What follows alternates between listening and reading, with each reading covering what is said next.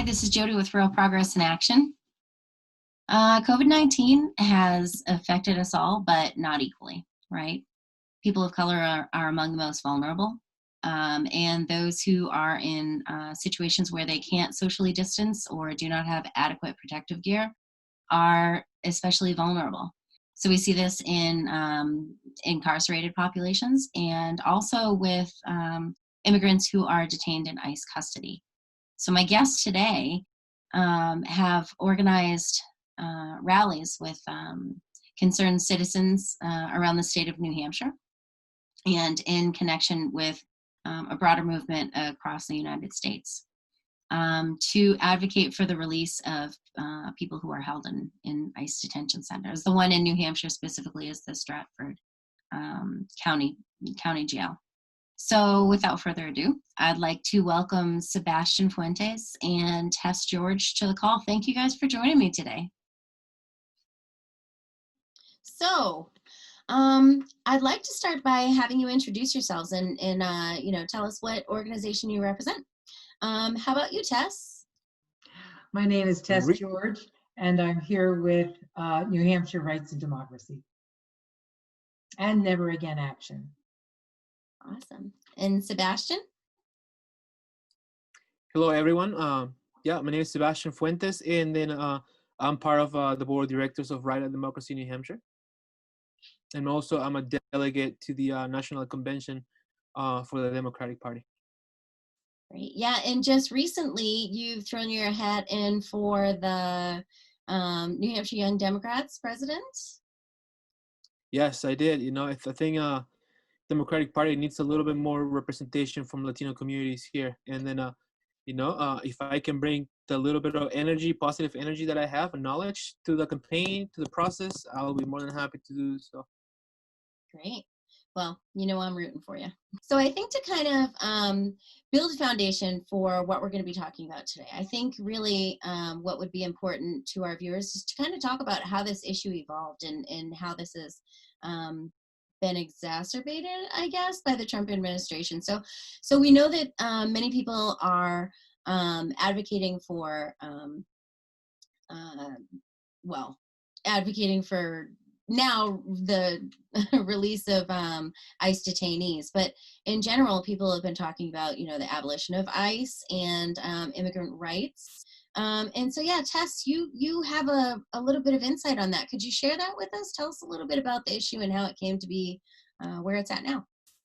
I got really interested in this issue, and I actually made a trip down to Matamoros, where the really large asylum seekers camp sprung up once the Trump administration changed the rules about immigration. So two of the really big important changes are that they instituted, basically made asylum illegal unless you requested asylum from a third country, what they called a safe third country. So, for instance, if you came here from Panama and you went through El Salvador and you didn't request asylum in El Salvador, then you were told, then people are told as they present themselves legally at a port of entry that they've just committed a crime by presenting themselves at a port of entry.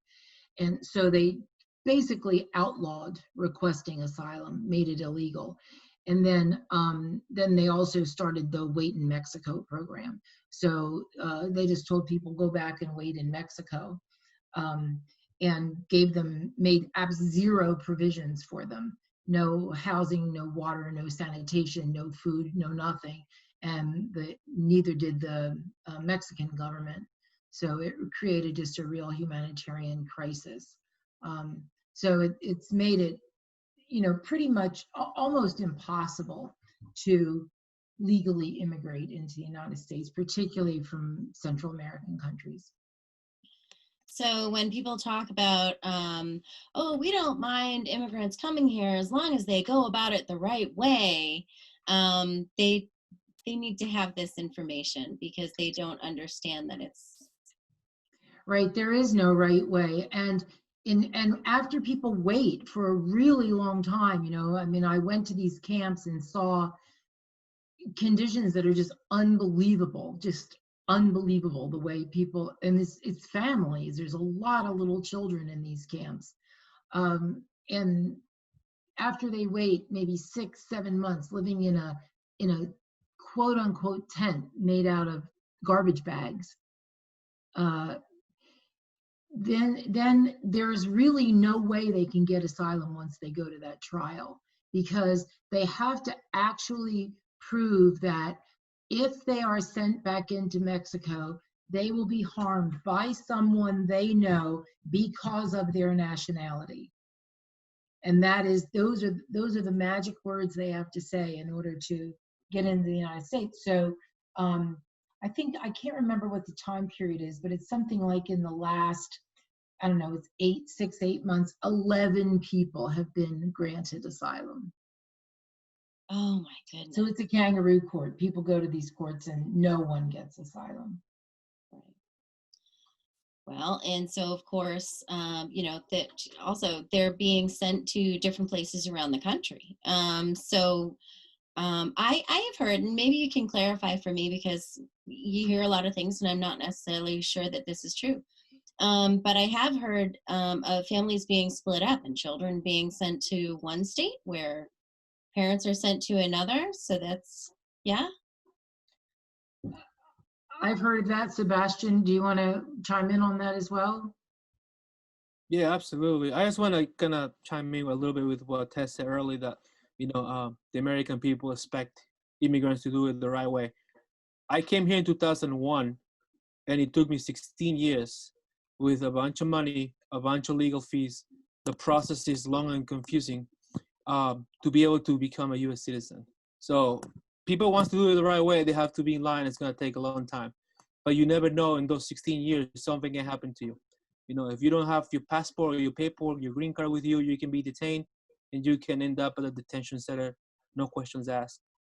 So yeah, about the issue of immigrants being separated at the border, it happened a lot. This whole family separation policy by President Trump was one of the most cruel policies I personally was able to experience during my lifetime towards immigrants.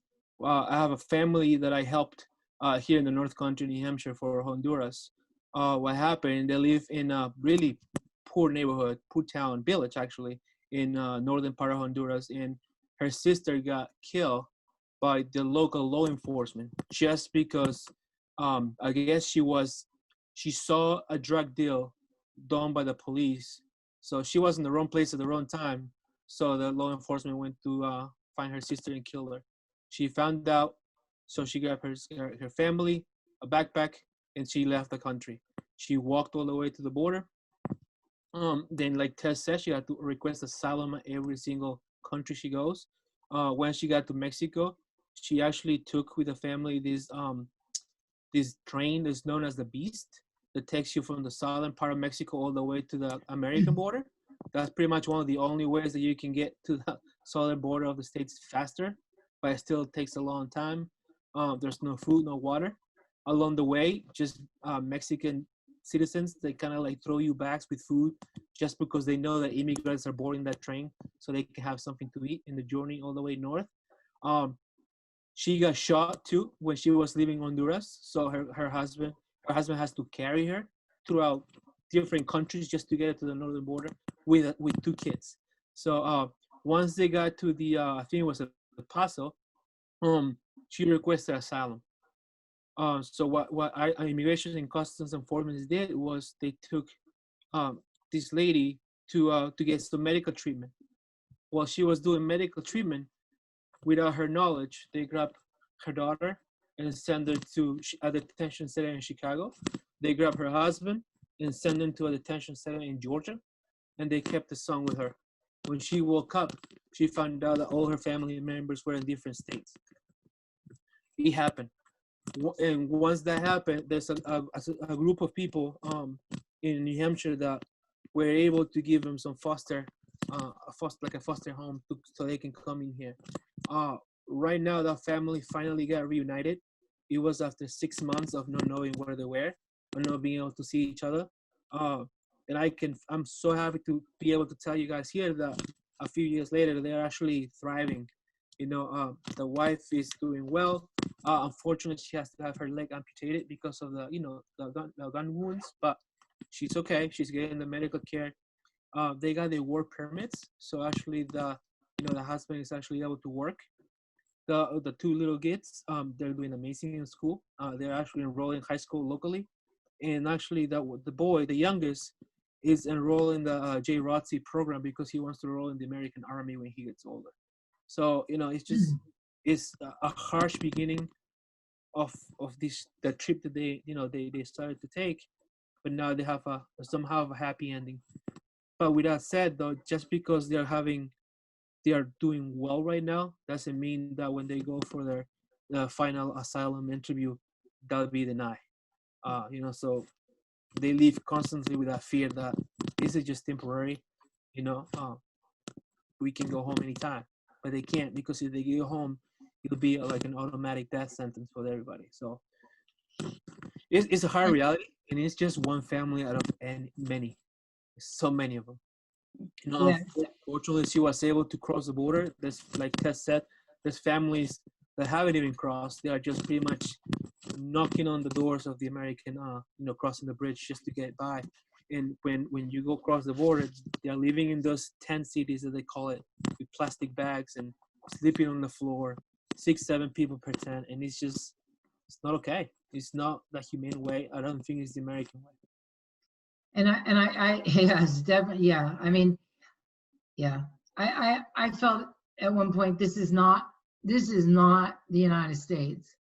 And then I thought to myself, well, maybe it is, and that's really, really, really sad. But I just want to follow up with what Sebastian said, that when I was at the shelter, I heard so many stories like that, and just unbelievable determination and unbelievable sacrifice. And I think, and then they have to hear from people here, do it the right way.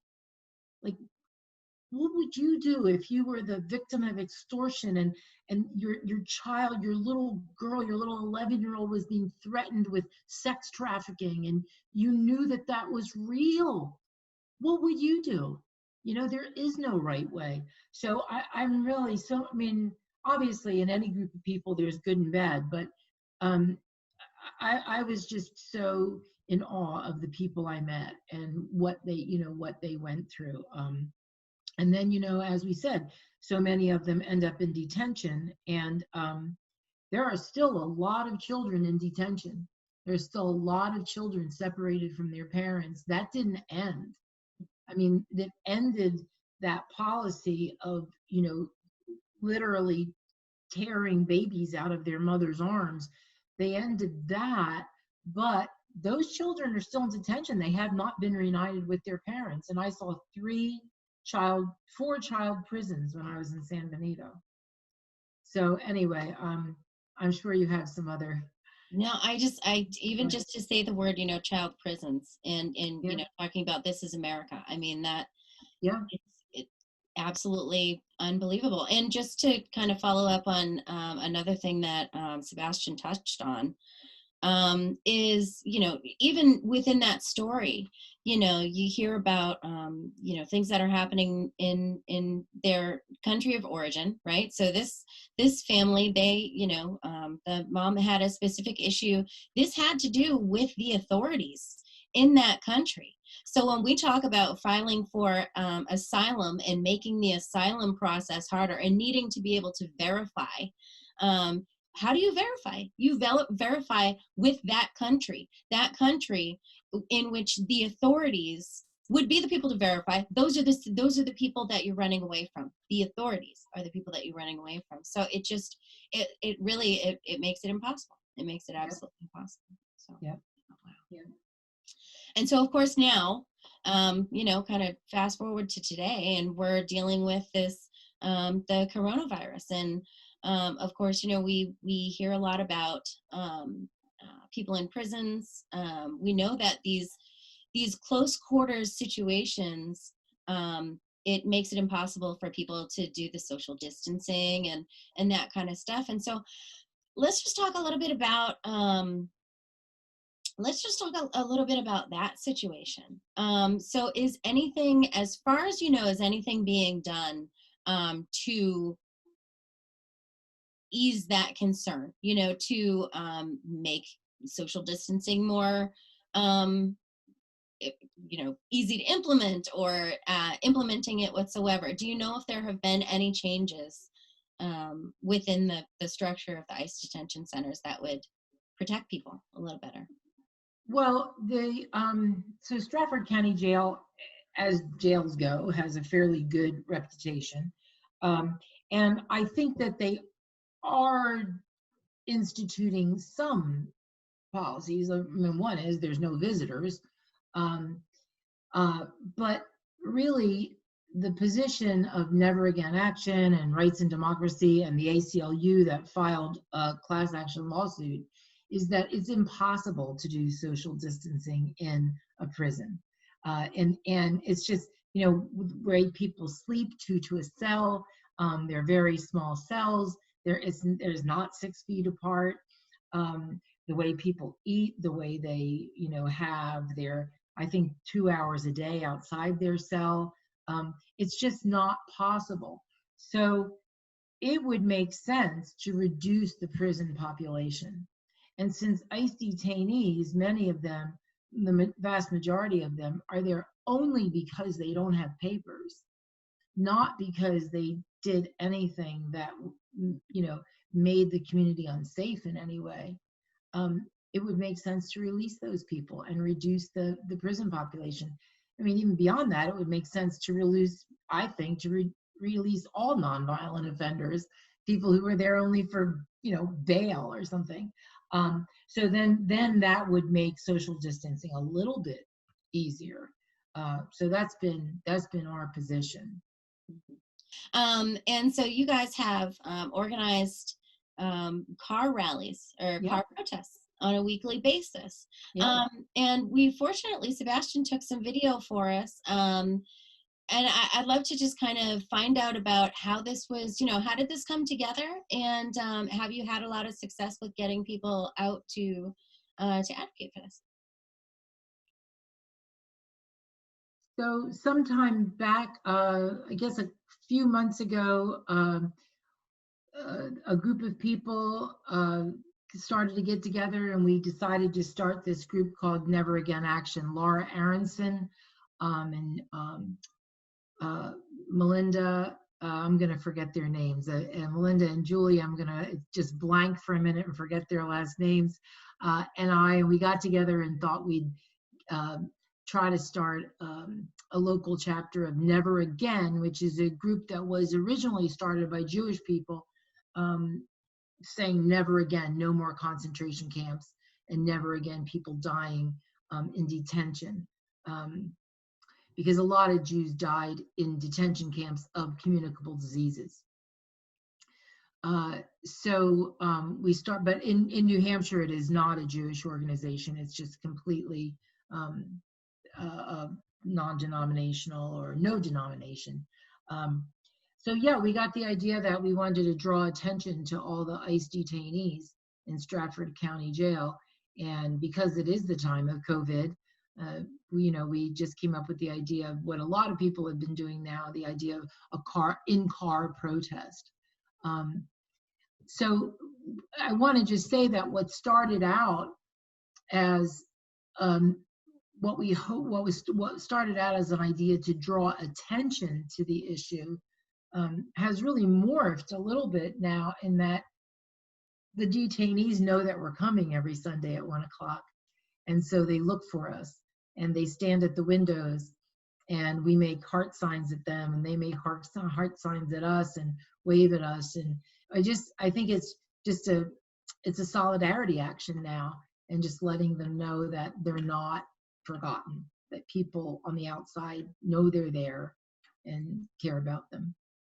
Which is just both beautiful and heartbreaking at the same time. I'm sure it, feels a lot like that. Yeah. Ooh. So do we know this situation as far as if we're talking specifically about Stratford County Jail, the immigrant.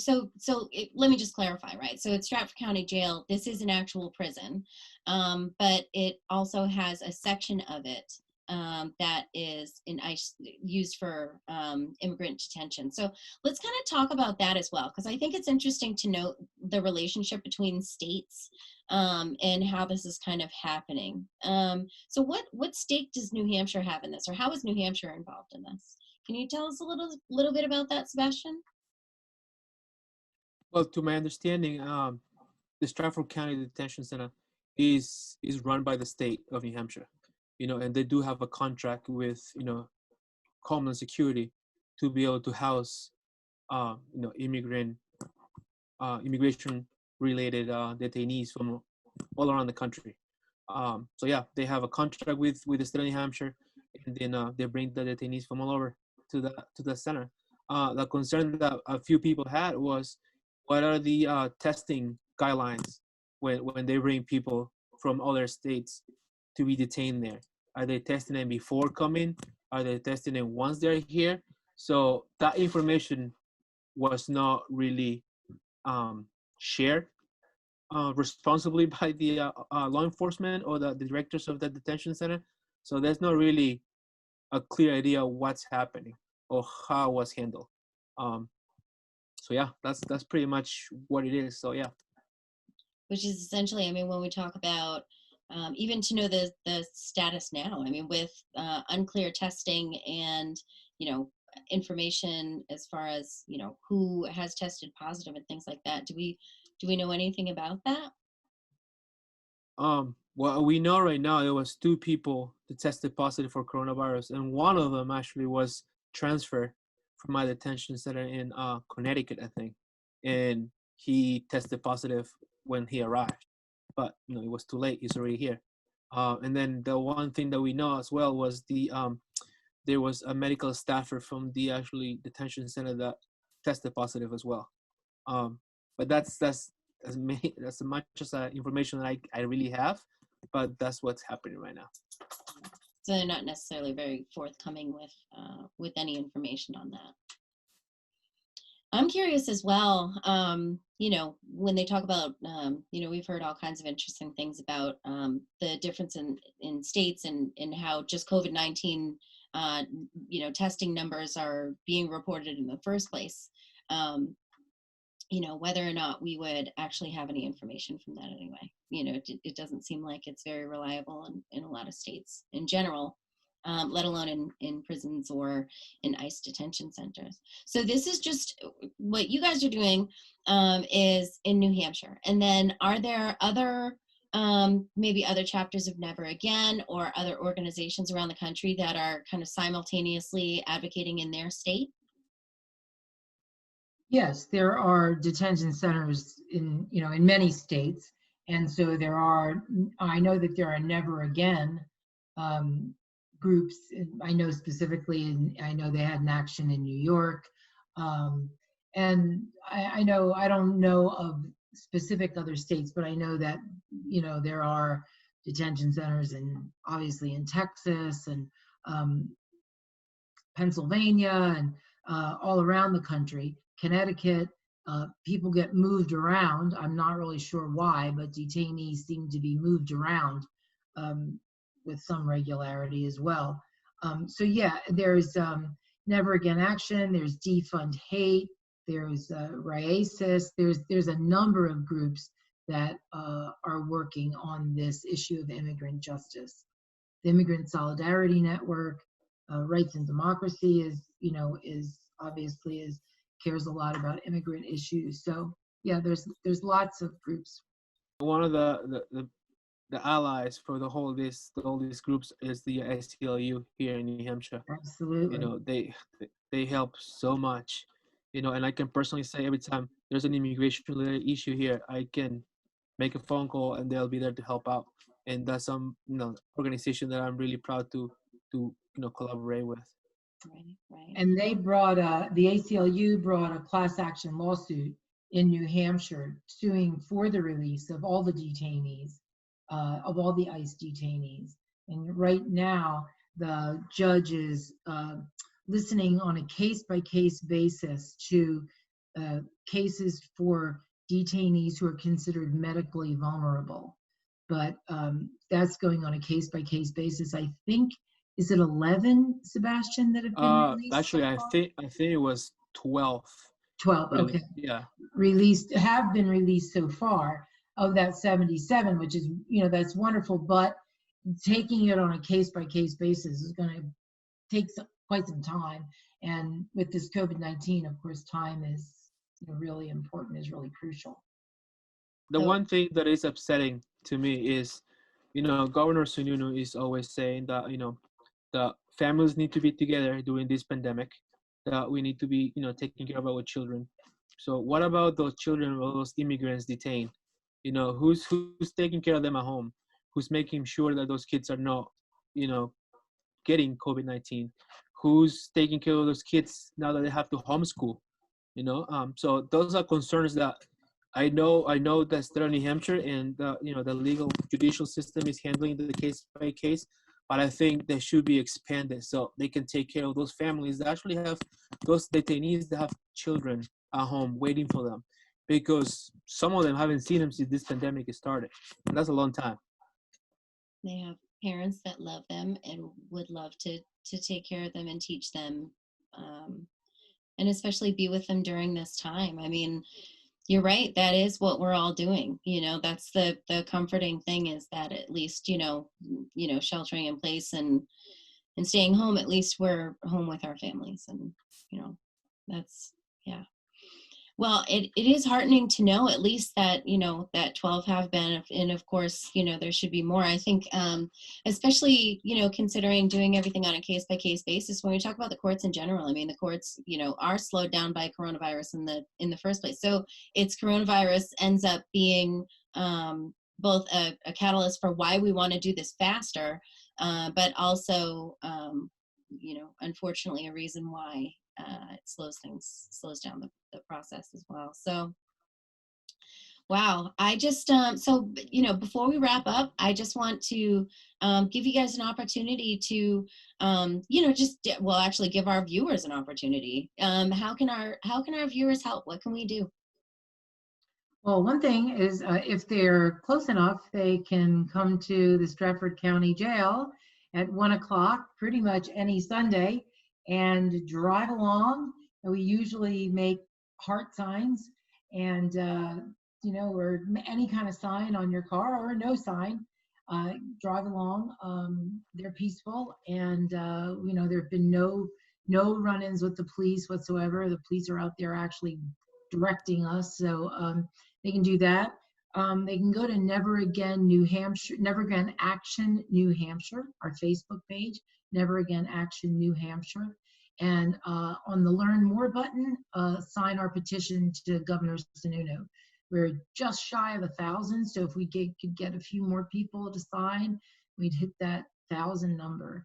You can go to Rights and Democracy New Hampshire and see all the things that we are doing. And I will just make one more pitch. There's also the Unitarian Universalist Action Network has a bail bond fund.